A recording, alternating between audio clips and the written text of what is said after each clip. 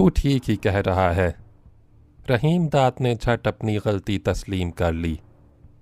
मैंने भी अलॉटमेंट के लिए बहुत चक्कर काटे हैं, तुझे ये पता नहीं। मुझे पता है। अच्छा, अब काम की गल सुन।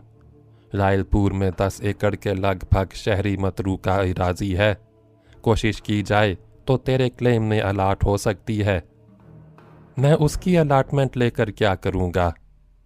रहीम दाद ने दबी ज़बान से इनकार किया। वो अलाटमेंट के चक्कर में पड़ना न चाहता था।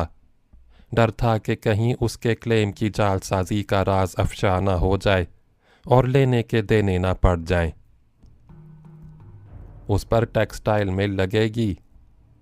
एहसान शाह ने उसकी अदम दिलचस्पी नज़रअंदाज करते हुए कहा, इसके लिए रुपया कहाँ से आएगा? एहसान शाह ने उसकी अदम दिलचस्पी